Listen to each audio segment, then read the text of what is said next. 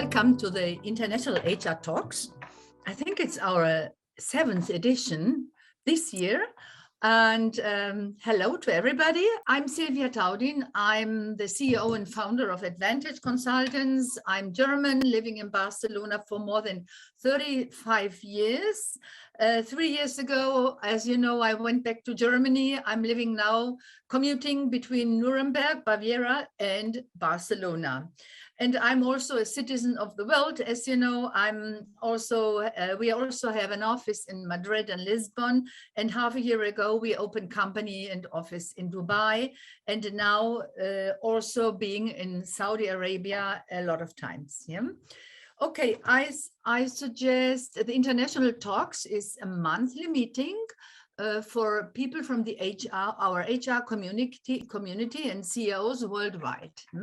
We are presenting disruptive speakers coming from different kind of sectors, but all of them join the innovation and the future-oriented moonshot thinking mindset. Yes.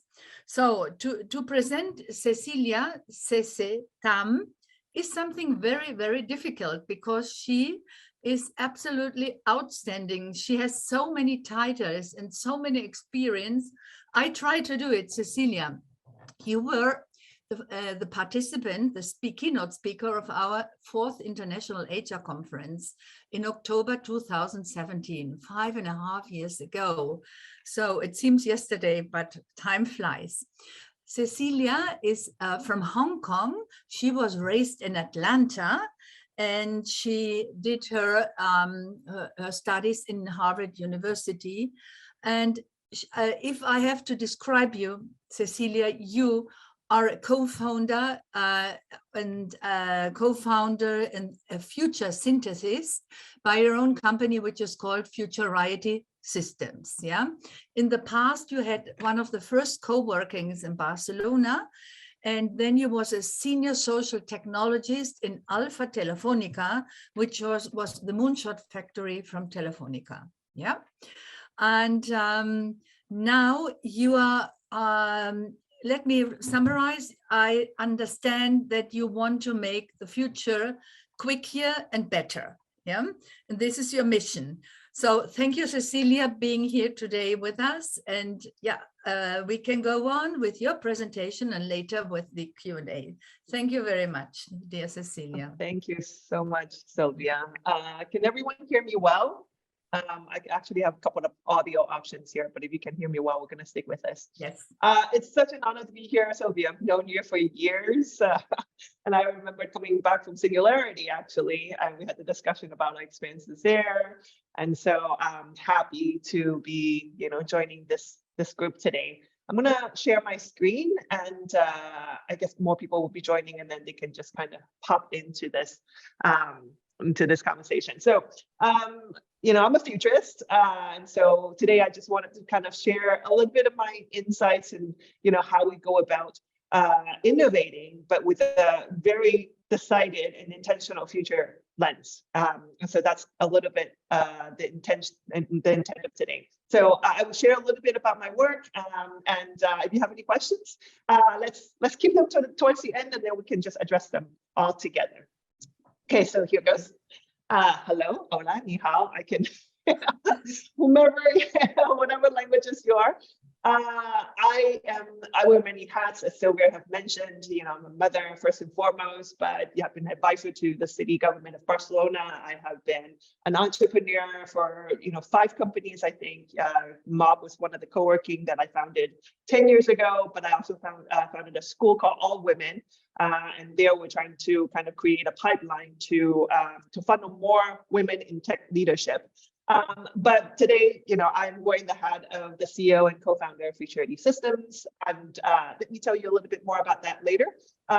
I wanted to kind of give you a little bit of context of where I come from. As Sylvia mentioned, I was born in Hong Kong, grew up in Macau, actually, before I moved to the US when I was 14 years old. And then I came to Barcelona, and here I've spent almost 20 years now. So there's a part of me that is from the kind of the East, and with the Eastern mentality, and then and then also learning my ways in the West.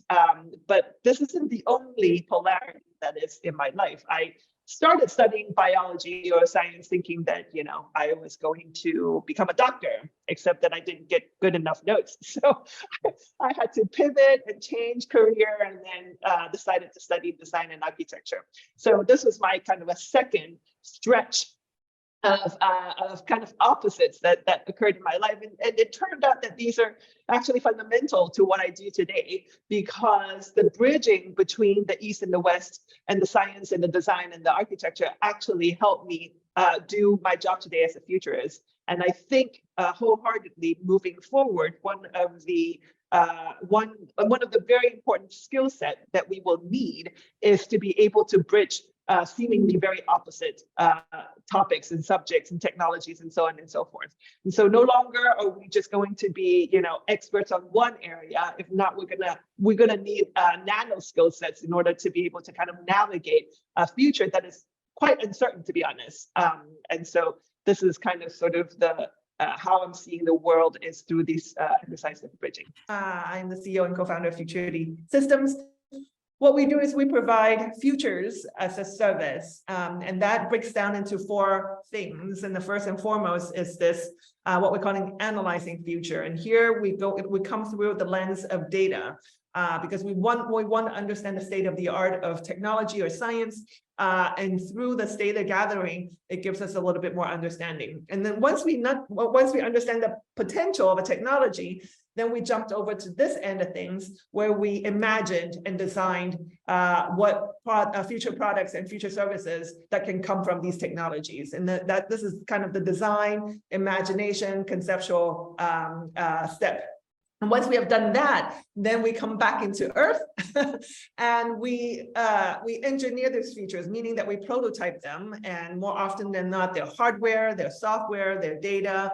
But we wanted to kind of gain firsthand insights to understand how these future products could become alive, you know. And then the last one is that if we've decided, we've validated this particular product, that we want to have in the future, then we work backwards on what's called backcasting, to kind of understand, well, what steps do we need to take in order for these futures to happen? Throughout the presentation, you will see that there are QR codes popping up left and right. And these are, if you're really interested and want to kind of deep dive into a particular topic, you can scan this and it will take you to a particular website that will have more information. So feel free to kind of navigate and bookmark. So one of the things that, and one of the kind of my observation about the field of futuring is that, you know, we came from this kind of a passive vision of the future. So we were kind of like, we wanted to predict the future. We wanted to kind of see the future and understand the future. What has shifted recently, and I'm really excited about, is that we have now the tools, the methodologies, and even abilities and skills to actively build futures.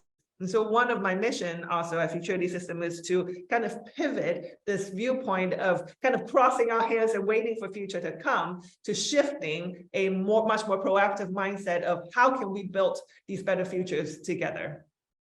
So, you know, the world is changing. I'm sure you have noticed that the world is changing in a much faster pace. You know, like in the last 2 years, I've seen metaverse hype gone up and down, and we're now seeing generative AI. I'm sure you've heard of like ChatGPT, and then now it's like going up, and these spikes are moving higher and dropping even faster than I have never seen before as a futurist. So how can we equip ourselves to be able to kind of navigate these unknowns, right? So I've mentioned this before, the 4 kind of core services is very much poured into these 4 aspects, right? We wanted building futures for us is really understanding and having the rigor of science, but also having kind of this imagination aspect of being able to imagine what the possible future could be, and then being able to kind of get hands-on and gain these insights through the prototyping and through finding a use case. These 4 aspects of futuring is super important, right?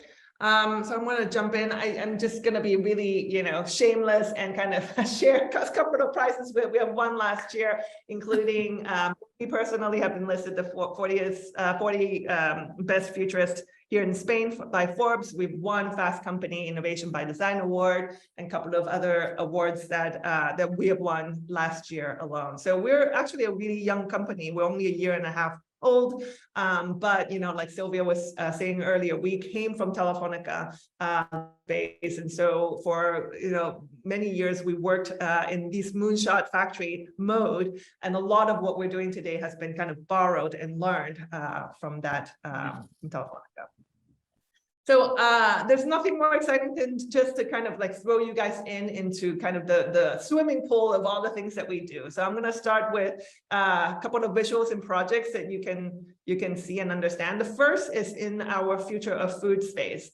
And here we're kind of looking at the possibility of separating, what we're calling separating or decoupling food. And for us, decoupling means that we want to separate the pleasure of eating from sustenance of eating. So the reason why I wanted to separate this is because as society, as privileged society, we are now eating more and more for pleasure and less for sustenance. And so the idea here is that if we can actually decouple these two, then maybe we can substitute pleasure eating with digital means. And so this one is our first prototype of how we go about doing this. And so we call this electronic popsicle. And it passes electricity on your tongue. And so depending where the electricity is passing on your tongue, you can induce sweet, salty, bitter, sour, all sorts of different tastes on your tongue along with that food itself. Right. And so we've built a couple of iterations. Now we have put in a ceramic plate so it can also induce coldness. We're trying to also imagine the future where we can put what do you call that, a amplifier. You can connect this with it and then connect the amplifier with music so that you can actually taste, quote unquote, music, right? And what products and what services can come about, like imagine the possibility in the future of something like a Spotify for taste, and how would you create a playlist and what, how can you experience that? So this is one of the kind of the branch that we're looking into. Very connected to that. So if the first one is about decoupling taste from food, this one is decoupling smell from food, right? We call this vapor hole. And this device is a very, very hack device. It's a humidifier that we have taken apart and put it back together. And instead of water, here we put alcohol in it. And alcohol has very low boiling point, so it evaporates very, very fast. And we also added different essence to it. So you can put lemon, you can put orange, you can put basil. And through this, you can have this vapor and you can smell and sniff these alcohol and replicate the smell that is needed in food. And we were also playing with projecting onto the vapor so that you can also get sight as your third senses of these experiences, right? We also, this is not the Future of Food project. This is another one in the kind of the interface. We call that remote body control. So I'm sure you guys have seen, advertising for these devices in your stomach where you put it and they guarantee that you're going to get a six-pack, but no one has ever gotten a six-pack with those devices. Well, basically, we've taken that device apart. We connected this poor lady on your right, and we connected with Mark, which is my co-founder. And when Mark moves his arm, it records his muscle movement and it plays it back to this poor woman that he is now controlling, right? So when he moves his arm, he's controlling her arm. So what kind of product can we imagine in the future? We were looking at possibly the future of learning, right? So imagine that we can record the muscle memory of a pianist playing the piano, and that you can play it back the way the pianist play back because you have essentially recorded her muscle memory, right? This is one application that we're thinking of. These devices are already being used by people who have had issues with mobility. And so we're simply extending the application or usage of this technology in science. This is one of my favorite projects. This one happened in Alpha Telefonica. We were looking at the future of food, and I was really interested in culturing meat cells. And so if you've heard about culturing meat, essentially they take cells, protein cells or whatever, meat cells from an animal, and then they put it in a petri dish and they put it in a bioreactor in the lab, and the cells would grow in the medium that they would give it. But the problem with that is that if you're in a petri dish, the meat will then grow flat. We know that meat is not flat. Meat has a volume. And so what I was proposing here is that if we take a tomato, which has a scaffolding, it has a volume, and we culture the meat inside and treat them with the tomato as a bioreactor, then essentially you can grow meat inside a tomato. Now you're going to ask me, like, is this like sci-fi or is this like science, right? So everything that I've shown you is actually based on concrete research. Scientists are already able to take human heart cells and put it into a spinach leaves. And the crazy thing is that the human heart cells continue to beat inside the spinach. And so this was kind of the one proposal of, like, we call this project a plantable meals, because we kind of extended it and thought, well, if we can grow meat, we can actually grow all sorts of other things, like the garlic, the onions, the whole entire meal that is contained inside the tomato. And we call this plantable polygenomic tomato. So we did a couple of different experiments and prototyping. We served it to people. This was we actually don't have a wet lab to culture meat cells inside our office. So this is I surgically added meat inside a tomato, and I served it to some of my friends that thought that they were actually, modified tomato. And one of my friends did not want to eat it. She was like, "This is an absolute abomination." And here we were gaining firsthand insights about how people would react to these new products, right?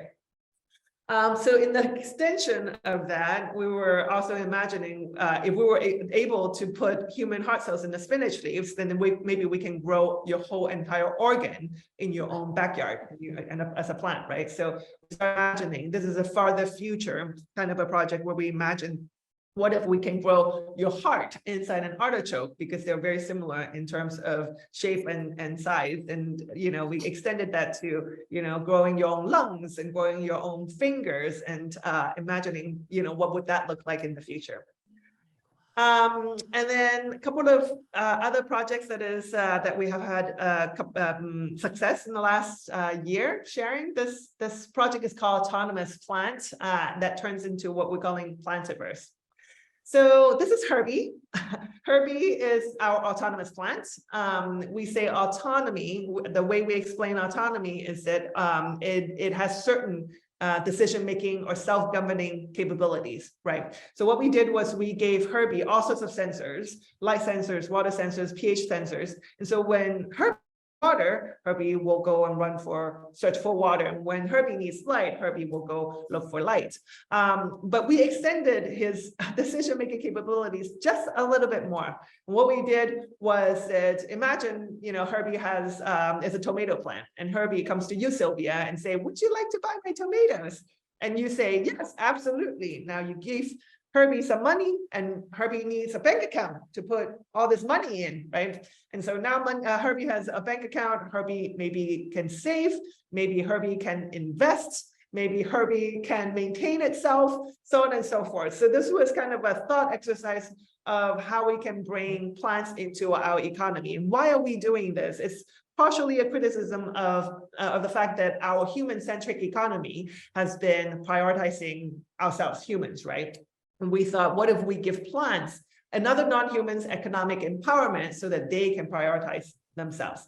And so that was kind of sort of the space where we're coming from. We actually built a whole entire army of ginger and minty and ivy and basil.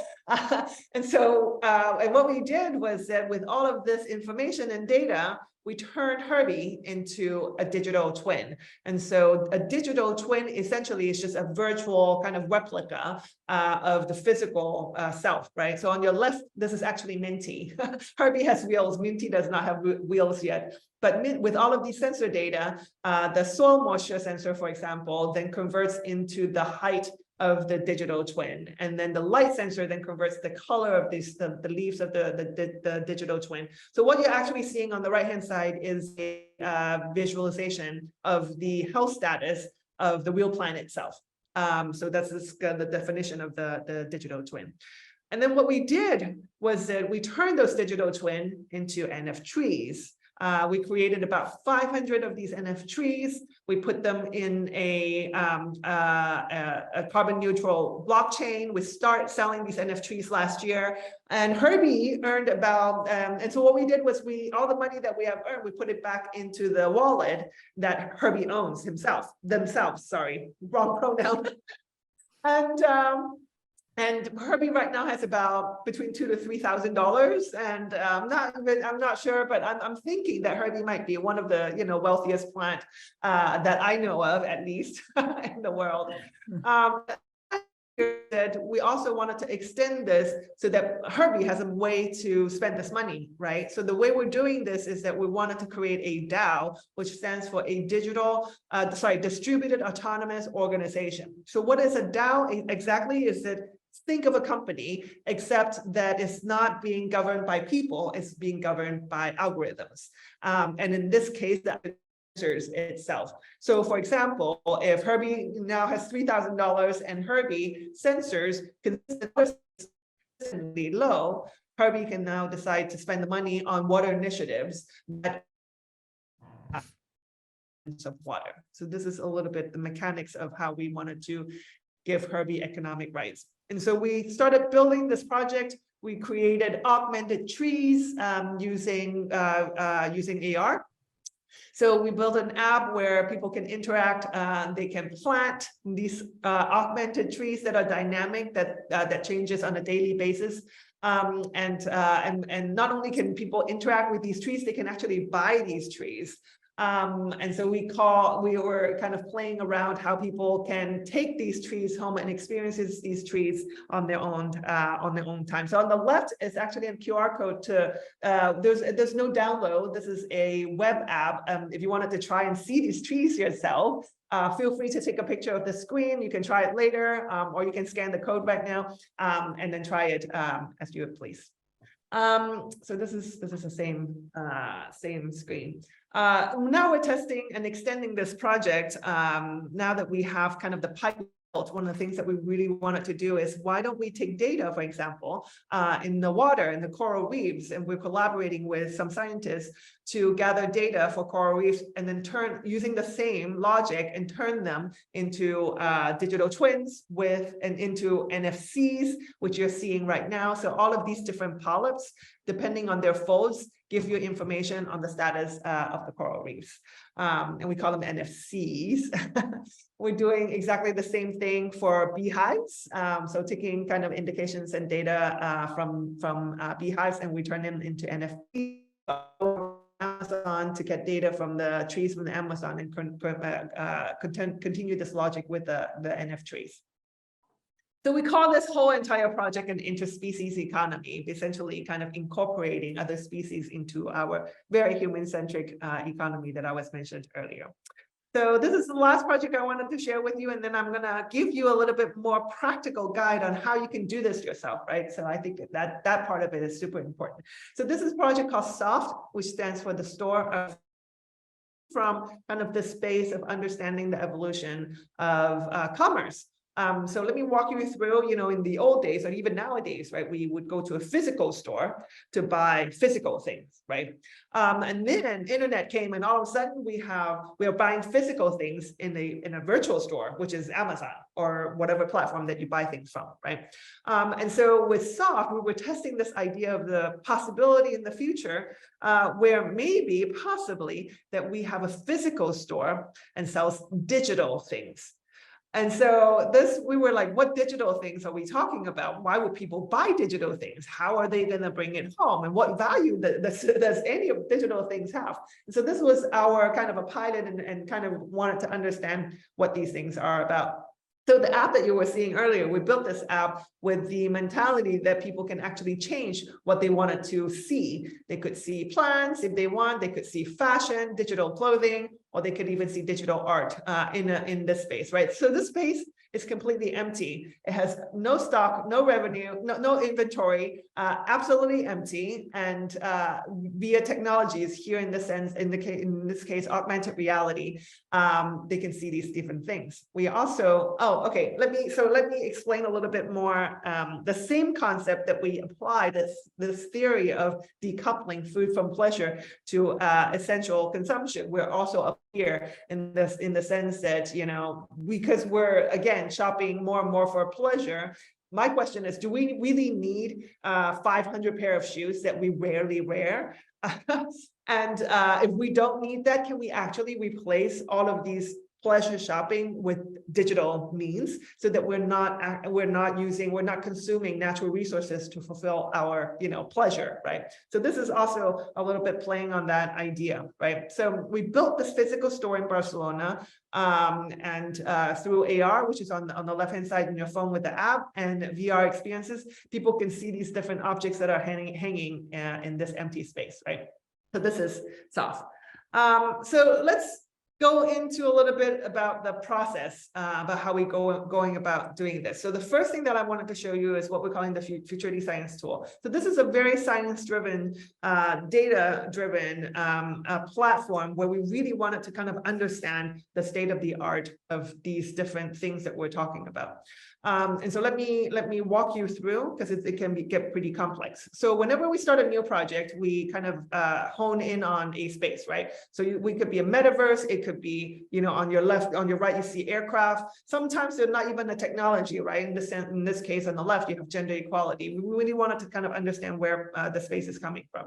So what you're actually seeing here is that in the center dot, all of these areas, they are actually scientific articles.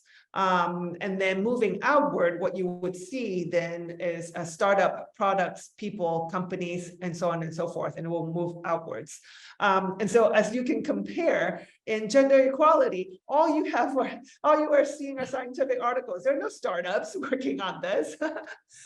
Maybe a couple of patents coming about it, but the space is very much an academic space, and maybe some policy involving regulations involved, but definitely not where the money goes to, right? Whereas if you look at aircraft, which is an extremely, extremely mature space, you see patents, you see the core, which is the scientific articles, but then you see patents, you see companies, you see startups, and every one of these tags that you see, I know it's really small, but they're in these gray kind of tags. Those are patents that are so potent that it created a whole entire kind of field of its own products and companies. And so we also kind of can see and understand the potentials of understanding these maps like this.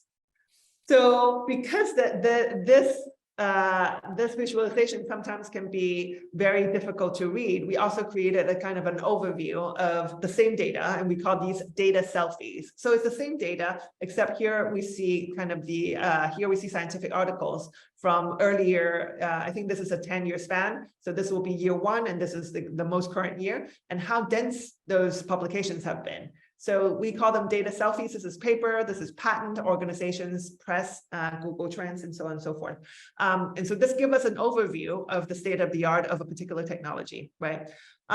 So now that you can see, you can compare DWeb versus blockchain versus cryptocurrency. You can have all of these data selfies and be able to kind of understand the state of the art across a domain space. And that's exactly what we're doing. We're building these deck of cards that could allow us to see the whole entire kind of technology stack inside, say, future of education or future of gaming, biotech, and different domain space and industries that we are interested in.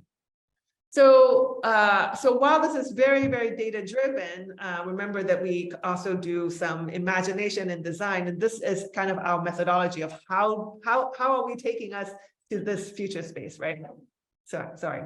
So one of the things that I wanted to share with you is that, as companies, every single company that we have ever worked with is that we think about growth. And there's really only two ways to grow a company, right? Either you grow with a new product, which is this axis here, or you grow with a new market, and this is this axis here, right? And we all kind of looked into this way of growing. When we as futurists look at future, we actually go further. We call this space the next and beyond space, and the next and beyond horizon. And the way that we tackle this next and beyond horizon is that we look specifically on game-changing opportunities and existential threats, right? And so this methodology is very, very much designed around these two aspects. So how do we do this? I'm going to come back. I'm going to come back to this one. Let me explain this first. Okay, so the methodology has this part called futurescaping, and now I'm showing you a anatomy and the breakdown of what this looks like. And so the way we approach this is that we have what's called starting points. So on your left-hand side, we have these starting points that they are either a technology, so it could be metaverse, it could be AI, it could be a business model, a business case. So maybe we're really interested in the innovation model of the share economy, for example, or it could be a problem space that we're looking at. So it could be climate change, it could be industry consolidation, or it could be the last bit, which is something that is future driven. So we wanted to imagine, for example, if the future of space traveling, and we would use this as a starting point. So think about starting point as almost like ingredients for cooking. That you wanted to make a meal, right? And then you set up all of your ingredients ahead of time, those things that you're interested in to incorporate. And what you do is you combine these two and you create a scene or a future scenario. So, and I'll walk you through an example later of what that looks like. But the future scenario is a kind of a composition of multiple starting points. Once you have this, then we do this exercise of thinking about consequences, the negative ones and the positive ones, because the positive consequences actually are the opportunities that I mentioned earlier, remember? And then the negative consequences could essentially be your existential threats, right? And so being able to identify these and being able to come up, kind of take on those opportunities, or preemptively finding solutions of those threats will be your way to navigate these futures, right? So let me give you a super concrete example. I'm going to jump into here. Let's say that we're looking at the possibility of a future of autonomous vehicles becoming mainstream, right? And that they're everywhere on the street, everyone uses it, hardly anyone drives anymore. Okay, so let's imagine that future. So I'm going to walk you through this branch. That if we have autonomous vehicles, we don't need to drive anymore. Yay, great, wonderful. I would have put it in a green dot because that would make me super happy. But other people who likes to drive, maybe that's not such a good thing. So I kind of left it in gray, right? And so now we can imagine, okay, well, we don't need to drive anymore, then we can add activities in the car. Right. So if we can add activities in the car and there's a green spot, we need to take advantage of this opportunity. Maybe we can have a new product, which is like an autonomous trailer home where we can live in the car. Right. Could that be a new product in the future? Or maybe we can create an autonomous co-working where we work in the car and I don't have to commute anymore. Or maybe we can, create autonomous restaurants where we can eat in the car and it will drop me off, right? So these are three possible products that we can explore. But not everything is green and opportunistic, right? So let's imagine one that is maybe not having lesser of an outcome. So as we know, autonomous vehicle will then have far fewer traffic accidents. That's actually a wonderful, wonderful thing, right? But that might actually cause fewer speeding tickets, and that will lead to a decrease in revenue for the government. So the government, I would want to already think about other sources of revenue, right? And so am I saying that we shouldn't have autonomous vehicles because there will be a decrease of revenue? No, I'm saying that we need to prepare ourselves so that when that future comes, we already have a solution for, yeah? So when we do this exercise, we actually think about multiple layers. I think I have a slide for that. So we segment these into different areas. We think about the social consequences, the environmental, economic, and technological, and even a political layer. And so depending on your priorities, you will prioritize and look at those aspects a little bit more. I'm going to go back to this slide because I think it's important. The 3 horizons is a way for us to validate how we can understand the pace of change, right? So more often than not, we come from this imagination layer. So we imagined what is possible. So it could be a tomato, for example, right? Then we ask ourselves, well, but wait a minute, is this actually feasible? Is this scientifically possible? So here, this is the science validation layer. And here we look at the scientific articles that I was mentioning in the platform. And if there are enough scientific articles that give us evidence that you can actually do this, it bump into the next layer, which is that, well, okay, so you can do it by science in a lab, but can you do this at scale? And this is a question of tech transfer. And this is a patent question. So here we look at, well, how many patents have been published out there that would give us indications of that this is migrating into a product, right? Which is the last validation, is that, okay, well, you can do it in science, you can do it at scale. Is there a use case to this? Is there an application to this? So now here we look at startups and we look at products, we look at companies, we look at Forbes articles even. And this together give us an understanding of the maturity level of any technologies in. So back to this kind of approach of understanding the pace of change and understanding the consequences. We also kind of approach this from what we're calling a pluralistic futurism. So if we have, say, coming back into this autonomous vehicle future, we also force ourselves thinking, okay, great, autonomous vehicle in urban city sounds like a fabulous solution. But what if we're in the favela? Well, what if we're in a situation where it is less favorable and the streets aren't built? What if we're in the desert, somewhere in Dubai and or in Saudi, where the roads aren't created? What would that world be like, and how can we adopt those technologies, right? I'm very much an advocate on thinking about futures from different perspectives, because currently a lot of the discourse about futurism comes from a very Occidental kind of singular perspective, and I wanted to introduce, for example, the Sino-futurism. How do you, so Sino, which is a futurism from the East, or Arab futurism from the Arab world, and these different aspects of futurism actually can give you even a wider, more inclusive understanding of what it is to come.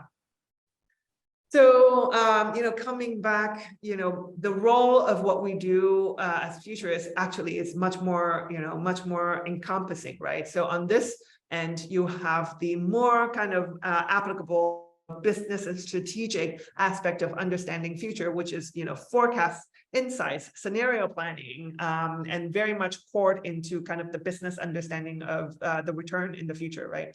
On this spectrum, you have the more technical and the more scientific and more engineering aspect of it. And this is kind of the technical aspect of futuring. And then you have the fun part, which is the design, the imagination, the sci-fi, the art, and the time traveling on this aspect. And kind of our work encompass all of these different areas, and we wanted to be rigorous in all aspects.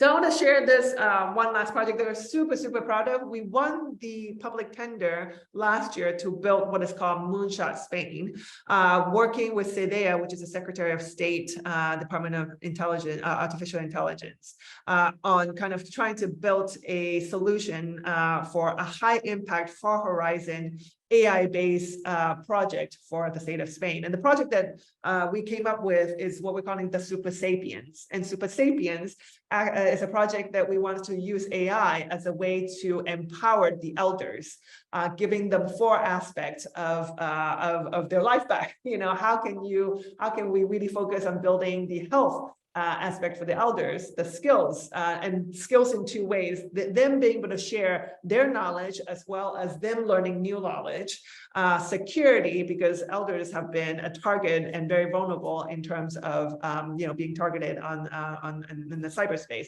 and lastly, to give them autonomy back. And so we built this project up, and I wanted to share a little anecdote because Gloria here is actually the mother of my colleague Nuria.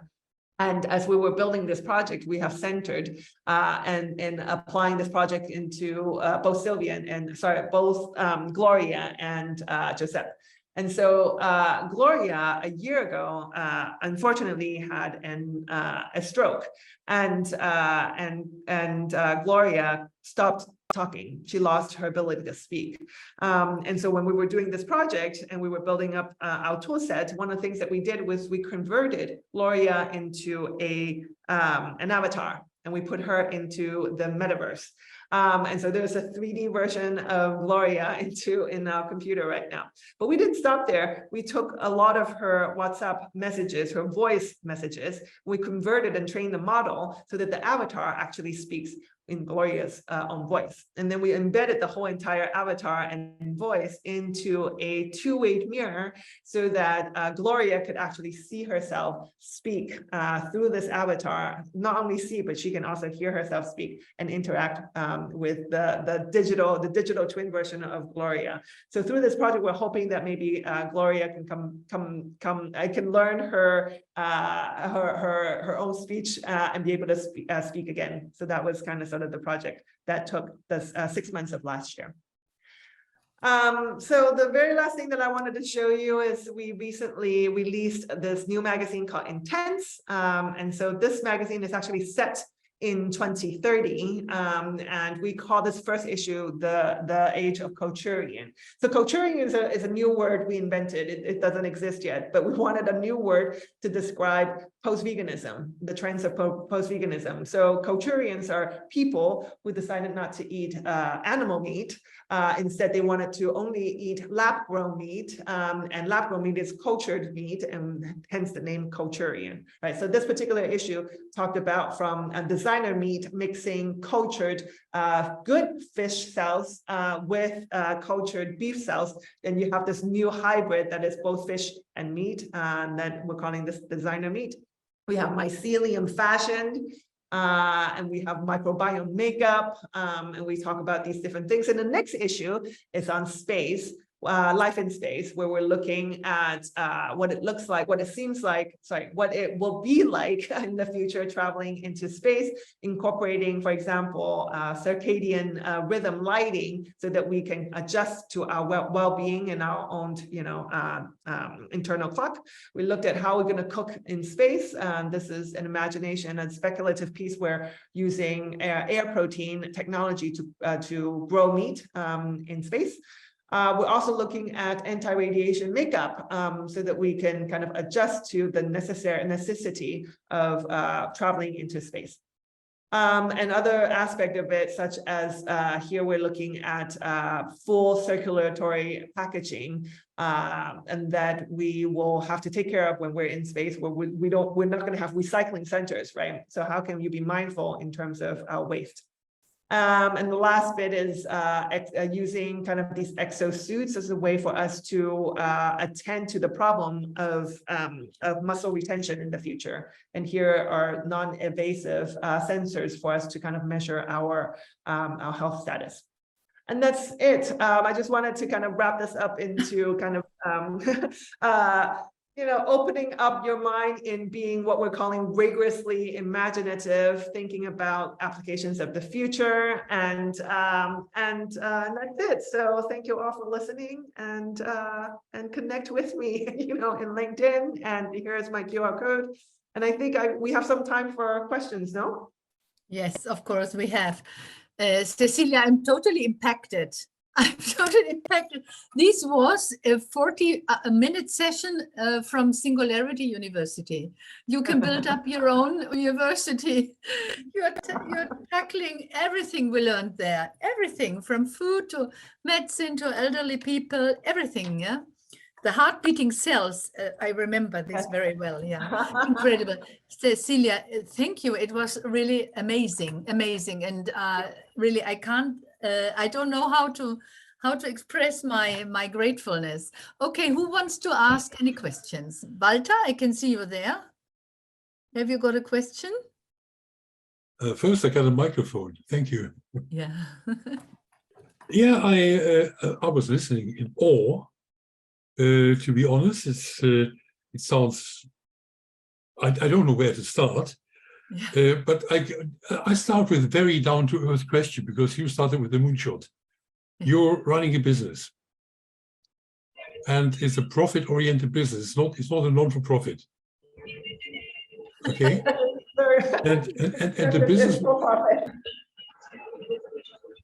business the business model is, in a nutshell, what I understood is you help businesses to grow beyond the conventional ways of product and market. You go into this next sphere, the go beyond. And you do it mostly by meta-analysis of available research literature. Yes, that's your source. Your source is available research literature.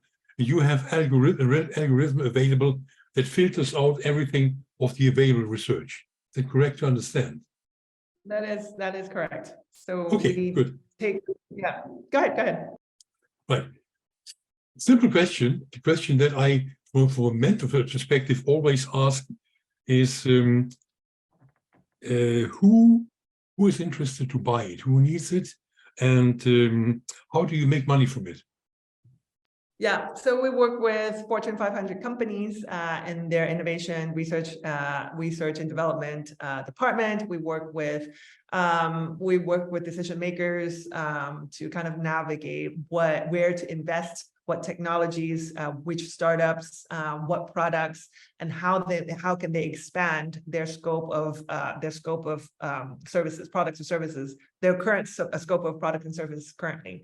So how do we go about this? So with the Future as a Service package, we depending on the needs of our clients, sometimes we come into we end with a, so I have to preemptively say that everything that I've shown you, none of them are my clients' work except for the Moonshot one, because all of them have been signed in NDA. We can't actually showcase this. And so we do these pet projects as a way of the proof of capabilities. And so more often than not, what we do is we go through this process of ideation, on validations, on research, and then we prototype them. And then depending on what they need, we either sell them the IP. We either tell them that, look, a startup is working on something very similar. By the startup, we say we train your people so that we can create this project internally. So there are different ways of kind of assessing, but we are consultants at the end, right? So we give them directions on how to move forward, and mostly how to navigate the unknown, because the more answers we give them, the more the better the decisions they're making in terms of how they're gonna either invest resources, time, people, money, and yeah. Great. Okay, I understand that. I don't want to take time away from the other questions. Just also, one. can I say one more thing? Sorry. Yeah, go ahead. We're proud because last year we have a pharmaceutical client who told us that our work saved them almost $300 million down that poor decisions that they were about to make on investing on something that they weren't supposed to invest. Wow. So you can be so proud. Yes, but we didn't get nearly a fraction of it. Have they meanwhile exchanged the research department? Yeah, of course. Cecilia, where is this physical space where you can meet digital products in Barcelona? Where is it? So we're in right next to Arco de Triunfo. So in our office, we have upstairs at the space. So in the co-working that I founded. Do you have to book? Do we have to book the space? Yeah, you do have to pre-book it, because mostly we're downstairs and there's like a separate space. But okay. Yeah. Good to know. Yeah, thank you. Last small question. How do you deal with the ethical impact when people start growing their hearts in their garden? I think so. The one of the criticism that we have in our office is that we didn't come from, like, previous generations didn't do this exercise that we're doing now in the forcing ourselves to think about consequences. And so what happens is that now we're living in the negative consequences of the decision making of previous generations. And so, like, climate change, privacy, all of those things that we're living now is because of poor planning, right? So now that we have the tools and the ability, and this is just the beginning, right? This framework of synthesizing future, of thinking about consequences, is just the beginning of how we look into the future. This exercise for us is a daily basis. We do this on a daily basis to make sure that some of those unethical results, some of those negative consequences are well thought through before we launch any of the technologies that we have at hand. So yesterday, for example, someone released this open letter to pause generative AI and OpenAI. And I think that's a brilliant thing. We're not saying to stop it. We're saying slow down, make sure you understand what you're doing and the impact that they'll be creating, and then move forward accordingly. So I think that's a crucial step. Yeah. Fantastic. Are there more questions to Cecilia? It's a unique opportunity. I would like to ask a question, Sylvia. Yes. Hi, Sylvia. How are you? Hi. Hello. Well, first, congratulations. I also was really impressed with your presentation and conference. So congratulations. And I'm interested in knowing, you said you are working for several types of customers. Which is for you the industry, the sector, the business who is most investing in these type of things at this moment? Is there any trend there? No, we work with pharmaceutical companies, food and beverages, chemical, space, mobility. We don't really have a singular, because our main job really is to be able to kind of have a very broad understanding of technology. So we're looking at AI, we're looking at quantum, we're looking at metaverse. And so, the answer is, I guess, no singular industry. But more and more, we're seeing government interested in this space. And I think the government has a fundamental role in it. This is one of the reasons why I was in Dubai and Saudi, and the government perspective is vastly different in the sense that companies have very short-term vision, right? They look at the return of investment in 3, maybe 5 years, and then beyond that, it's a luxury, or even, they're not really thinking about that. And the priorities are very, very different, where government actually need to look into long-term vision, because they are the one who will be rewriting the laws and the regulations that will then be impact in longer generations, right? So. Cecilia, where do you see, thank you, Sylvia. Cecilia, where do you see the most disruptive trends for the future? Oh, the most disruptive. I don't think there's one. I think there are a few, they're creeping up faster and faster. Obviously, the whole AI thing is, even for me, has been kind of moving at a much, much faster speed than I have ever seen before. And that's one. I think quantum is catching up. And when quantum and AI, disruption always almost happens when you have a merge of either technologies or industries or whatnot. And so quantum will kind of, if AI is going fast, when quantum hit AI, it's going to be like, hit it out of the park, and we probably won't ever see it again, and we won't even know what hit us. And so those two are super interesting. And then on the other hand, we've been working on kind of this future of autonomous autonomy. So, when autonomous cars and what we're calling machine-to-machine economy. So think about how our refrigerator can transact with my Uber, my car, but as a machine, not through me. We call it the M2M. And I think I talked a little bit about that I don't remember now, in a previous conversation, but that's also super, super interesting. And the third one, so think about, coming from the space of like, we have hardware, and these are computers, and then that got superpowered with the software that is being built. And then the third thing in this future space is what's called wetware. And wetware essentially are your kind of your sensors, everything that you wear in your body, and then you can create like DNAs, and that space is also moving super fast, right? Yeah. And so you have these 3 trends that are incredible, moving at record speed. And Cecilia, when is the moment when artificial AI is is more than the singularity moment, more than the human intelligence. When do you think will It's it going come? to happen much faster. As faster, than 2025? I can't put a year in it, but I would tell you why I think it's super fast. Yeah. Because if you think about individual AI, so one can play chess, the other one can do whatever. Those we have already mastered. They already know how to do that. But when these machines can start talking to each other, you don't need to build one machine that does everything. You just need them to be able to communicate. And when that network of machines being able to communicate, then we have essentially have a massive big machines that can do beyond what we can do, right? So absolutely. Dear Cecilia, my last question to you: what is your personal moonshot? My personal moonshot, my personal moonshot actually is that we start teaching future literacy to children, to kids, and have curriculum in companies, and making this, instead of design thinking, what about future thinking? Like what about having those as part of our culture? Yes. Yeah. Oh, what's happening? I think Martha has a question. Yeah, Martha. Yes.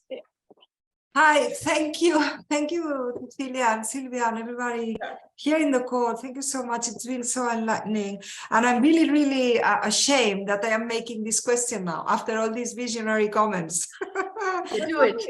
I am really sorry, but anyway, I will try to be fast because it's little time left. But not so long ago, I remember all this. To me, it was okay. This is for the big corporations, and I think it's super interesting, the idea of bringing it to the street, meaning to fewer like smaller companies or people that are not so close to kind of the last breakouts and so on. So my question to you would be, for example, I am a human resources professional, so I'm not so much into the business, although a little bit into the strategy, and I work for a luxury cosmetics company, global one, and say here we are interested in exploring what is our next thing. How this would go? Do you kind of speak to people and see if there is anything you can bring about, or because people we don't most of the times, or we don't really have the ideas or the vision yet. So do you facilitate this, and also for smaller companies or more boutique companies?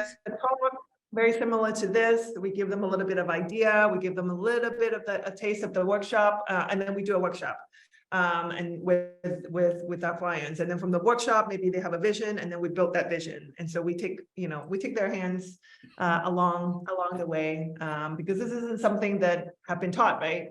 We're not accustomed to this, and while most of our clients are Fortune 500 companies, you're absolutely right that there's applications for this. So we're a really small company, we're only 5 people, but we kind of have a way to kind of extend our ability beyond. But yeah, look for me. I'm happy to discuss if you have a need. Yeah, of course. Cecilia, thank you so much. Really, it was so impressive. We are going to share this conversation to much more people in LinkedIn and to our network. And thank you so much, and all the best to you. Thank you, everybody, for assisting. Bye-bye. Bye. Thank you.